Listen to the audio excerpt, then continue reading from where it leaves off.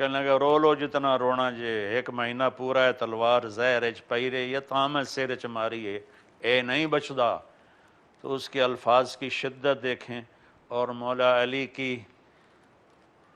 وسعت دیکھیں، فرمایا اس کو گرم کھانا کھلاؤ، ٹھنڈا پانی پلاؤ، اس کو نرم بستر پہ سلاؤ، اگر میں زندہ رہا تو میں خود اس سے نمٹ لوں گا، اور اگر میں شہید ہو گیا تو بس ایک وار سے اس کی گردن اڑا نہ دینا، اس کو مارنے میں بھی تکلیف نہ دینا۔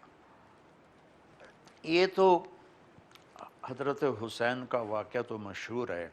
امام حسن کی اولاد پہ جو ظلم ہوئے، میں نے گلدستہ اہل بیت پر جب کام کیا تو پھر مجھے